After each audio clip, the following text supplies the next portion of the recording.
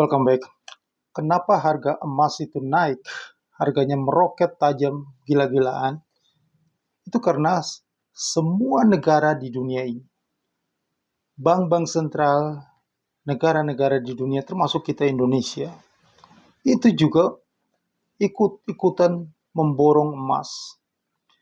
Emas ini selalu diborong oleh negara-negara besar karena mereka ingin mempertahankan nilai mata uang mereka dari tergerus dari inflasi, ya, dari krisis ekonomi. Jadi yang paling penting di sini, mereka negara-negara besar di dunia teristimewa yang paling besar memborong emas, sehingga harga emas ini naik gila-gilaan, yaitu Bank Sentral Pemerintah Negara China. Jadi pemerintah negara China itu sampai dengan tahun ini masih terus mengoleksi, memborong emas. Semua negara di dunia itu memborong emas. Tetapi tahun ini ada negara Eropa baru, Polandia, itu lebih banyak memborong emas. Jadi sudah sampai 74 ton. Nah, kita lihat dari sejarah. Dari sejarah mulai terjadi. Jadi setiap ada krisis ekonomi global atau sinyal-sinyal mau terjadi krisis, itu negara ini, China ini, jadi China inilah yang memborong emas dalam jumlah yang paling banyak di dunia. Jadi China ini sudah mempersiapkan diri memborong emas karena China ini punya cadangan devisa paling banyak.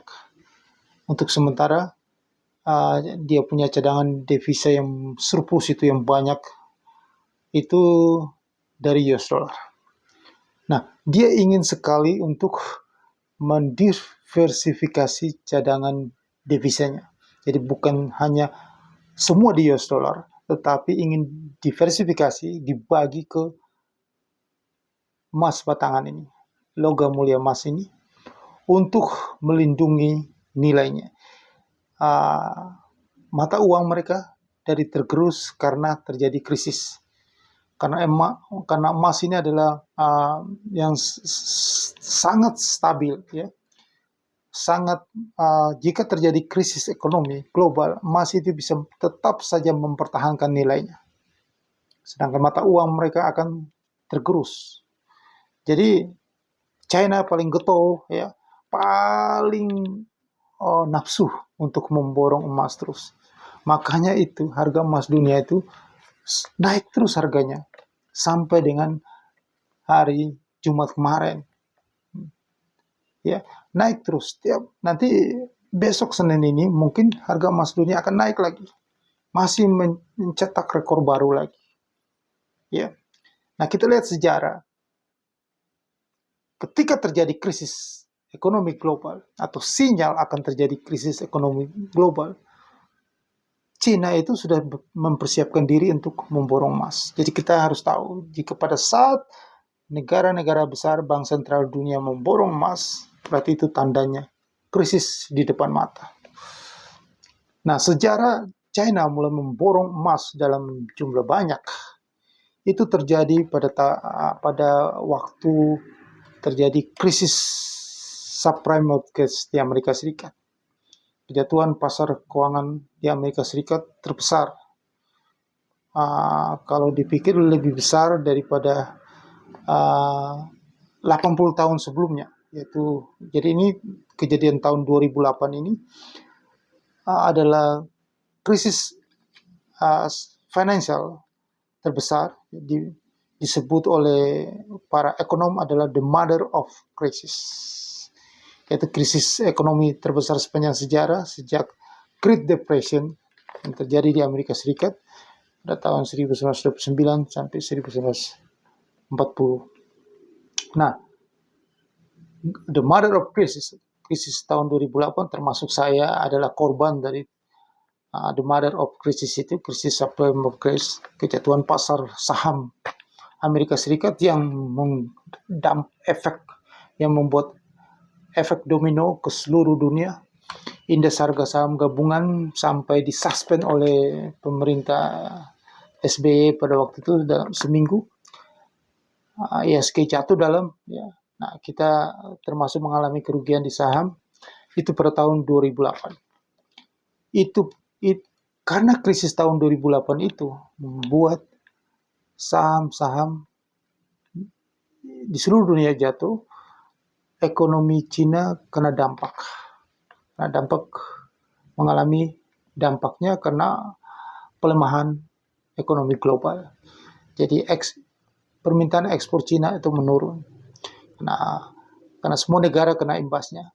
Istimewa Amerika Serikat adalah konsumen terbesar. Nah, dampak dari krisis itu, akhirnya tahun 2009, pemerintah Cina mulai melakukan aksi sadar untuk mengamankan aset cadangan devisanya dari tergerus nilainya karena krisis. Mereka memborong emas. Mulai pada saat itu mereka memborong emas dalam jumlah banyak, yaitu 454,1 ton. Itu pada tahun 2029. Nah, setelah itu Cina mulai vakum, tidak melakukan apa-apa, tidak melakukan aksi memborong emas. Nah, pembelian emas Cina terbanyak kemudian itu pada sekitar tahun 2015-2016. Nah, kita tahu Cina memborong emas pada mulai dari tahun 2015. Sepertinya mereka itu sudah tahu selalu bahwa akan terjadi krisis kemudian. Jadi pada tahun 2016 itu terjadi krisis keuangan, krisis finansial, krisis gagal bayar hutang di salah satu negara Eropa, yaitu Yunani. Yunani default, tidak mampu membayar utang ke IMF, International Monetary Fund. Nah, utang yang mereka tidak mampu bayar pada saat jatuh tempo tanggal 30 Juni 2015 itu hanya sebagian kecil dari utang negara mereka terhadap IMF, yaitu ada 253 miliar euro. Tetapi yang jadi masalah adalah pada saat itu utang mereka 1,5 miliar euro atau dirupiahkan pada saat itu sekitar 22 triliun rupiah default. Itulah yang membuat negara ini mengalami guncangan ekonominya, terjadi ras besar-besaran, ketidakpercayaan investor, ya, hengkang dari Yunani. Akhirnya bank-bank pada tutup semuanya. Karena kalau tidak tutup terjadi ras, ya, penarikan besar-besaran terhadap bank-bank di Yunani. Nah, itu kejadian itu saya ingat pada tahun 2016, ya. Harga saham pada jatuh, ya, bursa itu membuat semua negara kena dampaknya. Nah, di Yunani sampai untuk mengambil pensiun, orang yang punya uang pensiun pun tidak bisa diambil. Selama itu Yunani hidup dari pinjaman. Pemerintah melakukan pengetatan fiskalnya, APBN-nya, dan mereka hidup dari pinjaman sampai detik ini. Nah, itu mengguncang. Dengan kejadian itu membuat saham-saham di China anjlok, sampai bursa saham anjlok, harga sahamnya rontok sampai lebih dari 3 triliun US dollar. Dan itu sekitar 30% dari produk domestik brutonya China. Nah, dari kejadian itu Cina melakukan pembelian emas, ya. Jadi mereka melakukan pembelian emas bertambah di tahun 2016 sehingga menjadi 708,2 triliun. Paling banyak itu mereka membeli emas itu pada tahun 2016 itu. Karena krisis hutang Yunani itu mengganggu ekonomi negara mereka, membuat ekonomi negara mereka PDB-nya turun sampai 30%. Nah, dari situlah Cina terus melakukan pembelian emas. Ya, walaupun setahun-tahun itu jumlahnya tidak banyak. Tetapi pada tahun 2016, kembali lagi, pada tahun 2016 itu, pada tahun 2019. Jadi tahun 2019 itu Cina sudah melakukan pembelian emas dalam jumlah yang banyak. Pada saat itu sekitar bulan November Desember terjadi memang mulai awal-awalnya virus COVID-19 mengguncang negeri China. Tetapi itu belum meluas hanya di negeri China.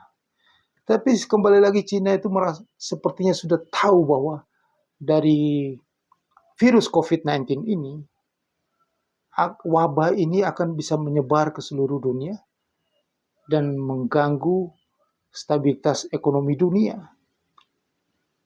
Itu 2019. Ya. Dari 2019, China sudah memborong emas sebanyak 95,8 ton. Kita tahu bahwa akibat virus COVID-19 ini menyebar ke seluruh dunia, itu tahun 2020. Jadi tahun 2020 lah terjadi, karena virus itu sudah mengguncang dunia, banyak terjadi kematian, maka ada penutupan atau karantina massal atau lockdown. Nah, menurut IMF ini adalah disebutkan bahwa ini menjadi lockdown terbesar dalam sejarah. Ya.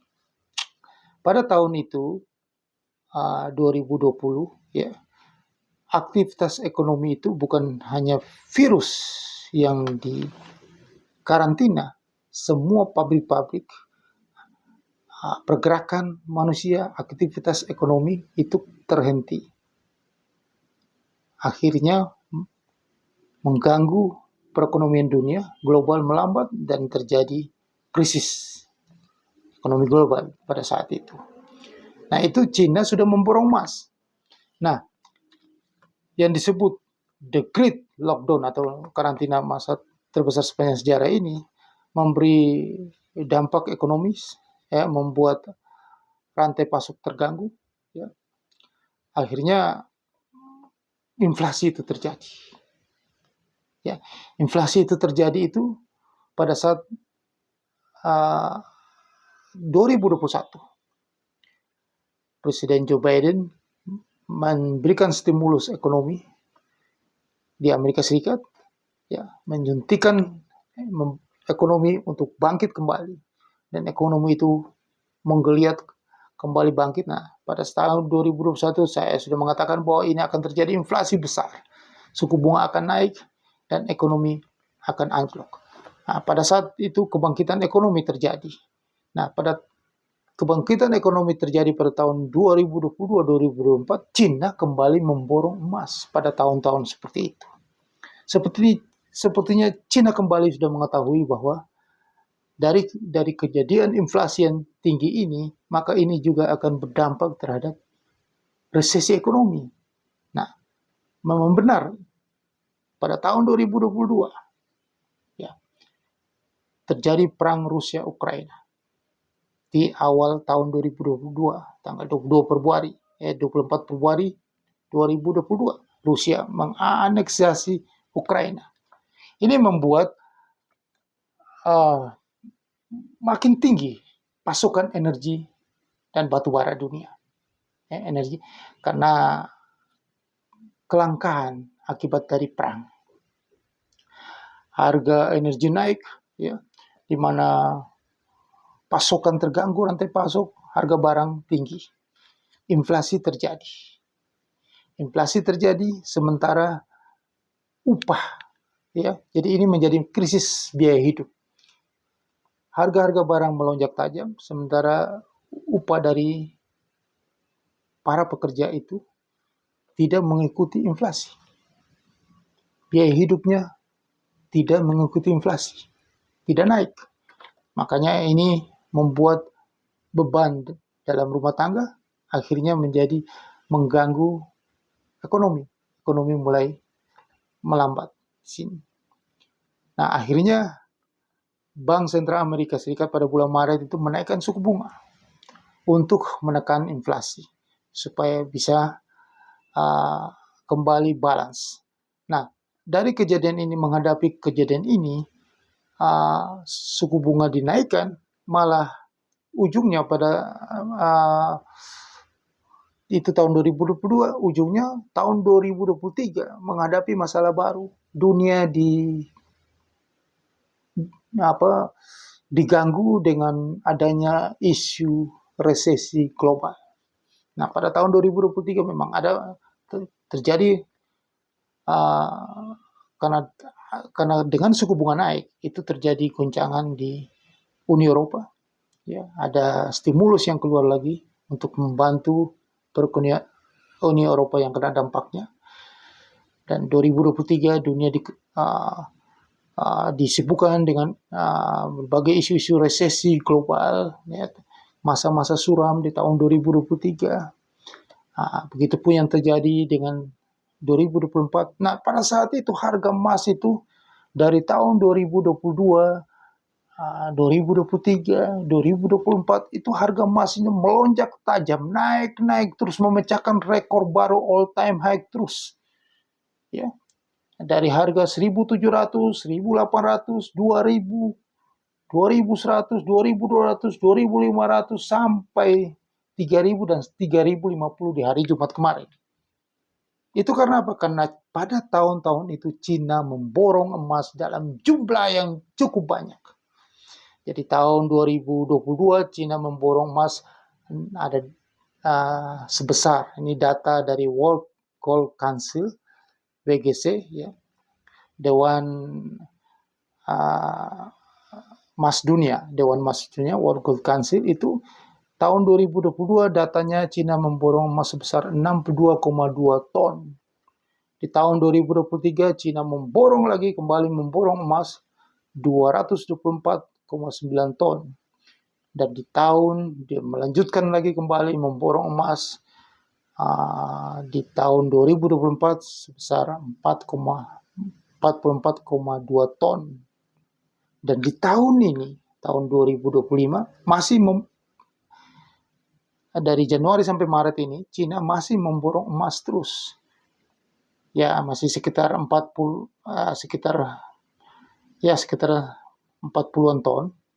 Tapi awal tahun ini, dari Januari sampai Maret, itu Polandia memecahkan rekor memborong emas dalam jumlah yang banyak. Ya, tentunya bukan hanya Polandia, China, Amerika Serikat, semua negara di dunia, bank-bank sentral negara di dunia memborong emas. Jadi harga emas ini, selama bank-bank sentral di dunia memborong emas sebagai alternatif cadangan devisa mereka untuk menjaga nilai mata uangnya jangan tergerus karena krisis ekonomi global, yang mempertahankan nilainya, karena emas itu adalah safe haven yang aman untuk mempertahankan nilai. Apalagi Cina yang getol memborong emas terus, yang nafsu ambisi memborong emas terus karena Cina ingin mendominasi di sistem keuangan dunia. Cina ingin bisa mengatur sistem ekonomi dunia. Jadi dia berusaha supaya bisa melawan dominasi dolar. Jadi dia memborong emas dalam jumlah banyak itu. Tujuan dia itu adalah karena emas itu sangat stabil nilainya, ya, stabil dan tidak fluktuasi, naik turunnya tidak stabil. Jadi tujuannya itu adalah untuk bagaimana suatu saat nanti dia akan ambisinya untuk mendominasi sistem keuangan dunia. Jadi harga emas masih tetap naik. Dari informasi ini, saya bisa pastikan bahwa harga emas masih punya kecenderungan naik terus. Karena Cina pasti sudah mengetahui bahwa tahun 2025 ini akan terjadi krisis ekonomi global, mungkin yang terbesar lah sepanjang sejarah, lebih besar lagi daripada tahun 2008 yang disebut the mother of krisis atau ibu dari krisis ini. Jadi untuk Anda semuanya, dari semua yang saya uraikan informasi itu, data-data pemborongan emas yang dilakukan oleh satu negara saja, China, belum dari yang lain. Dan mereka memborong emas dalam jumlah banyak untuk mempersiapkan pada saat krisis ekonomi terjadi. Maka krisis ekonomi itu pasti terjadi. Ya, krisis ekonomi itu pasti terjadi tahun 2025 ini. Maka ini peluang Anda juga harus memborong emas dalam jumlah banyak untuk melindungi aset Anda, untuk melindungi nilai harta Anda dari krisis yang akan terjadi, karena emas selalu mempertahankan nilainya. Ya, itu adalah safe haven. Apalagi negara ini pasti terjadi krisis. Karena dampak dari kalau Amerika mengalami resesi, maka semua negara akan menerima dampaknya, termasuk kita, negara yang tidak kuat fondasinya ini. Awal tahun aja Anda lihat sendiri bahwa defisit anggaran, pemasukannya lebih kecil daripada pengeluaran. Untuk nyari pinjaman, maka mereka harus berutang lagi. Ya, beban biaya pinjaman itu tinggi, maka sektor usaha itu akan makin susah. Ekonomi makin susah, PHK makin banyak di Indonesia. Uang yang beredar itu makin sedikit di Indonesia. Habis Lebaran ini, Anda lihat seperti di video saya sebelumnya, saya mengatakan bahwa krisis ekonomi akan terjadi di Indonesia. Harga mati pasti. Kalau Anda tidak memborong emas, negara kaya China saja itu memborong emas terus karena dia tahu bahwa krisis akan terjadi. Untuk apa? Untuk mengamankan nilai. Anda, apalagi yang pas-pasan, kalau tidak memborong emas, selesai. Anda selesai. Oke? Itu bicara tentang memborong emas batangan. Tetapi satu poin paling penting di sini yang selalu saya sampaikan. Jika Anda ingin keuntungan yang sangat besar dan luar biasa di trading futures, Anda sudah tahu kan bahwa harga emas itu kecenderungan harganya naik terus. Berarti Anda sudah tahu ada peluang di trading futures. Kalau Anda hanya emas batangan, ya naiknya memang naik, tapi kan itu 1:1 keuntungannya. Kalau 1:1, itu lambat Anda dapatkan keuntungan besar. Tetapi di futures trading, 1:100. Tiap kenaikan 100, keuntungan Anda 100. Kenaikan 10, keuntungan Anda 1000. Kenaikan 100, keuntungan Anda makin besar lagi. Itu kuncinya. Jadi mana yang terbaik? 1:1 atau 1:100? Tetap 1:100. Maka hubungi saya bagi Anda yang tertarik di futures trading. Anda bisa trading gold atau kodenya XAUUSD. Trading gold futures. Anda pasti mendapatkan keuntungan besar berlipat-lipat. Ini zamannya zaman modern. Zaman modern, manfaatkanlah bisnis yang modern juga, bukan bisnis tradisional. Kalau bisnis tradisional, yaitu Anda beli emas, Anda simpan. Kenaikannya 1:1. Kalau bisnis modern, zaman modern, bisnisnya juga modern. Yaitu kalau bisa 1:100, keuntungan Anda berlipat-lipat besar. Hubungi saya di nomor di bawah ini. Saya sediakan nomor untuk Anda yang mau dapatkan keuntungan berlipat-lipat. Bukan sekedar biasa-biasa saja, yaitu di trading futures. Hubungi saya di 0813-9846-9746, 0813-9846-9746, atau ada di bawah deskripsi video di bawah ini. Jangan lupa channel ini Anda subscribe. Tekan loncengnya supaya setiap saya upload video baru, Anda sudah dapatkan notifikasinya. Ya, tolong ya, tekan lonceng. Bukan subscribe saja, tapi tekan loncengnya juga untuk notifikasi. Sukses untuk Anda.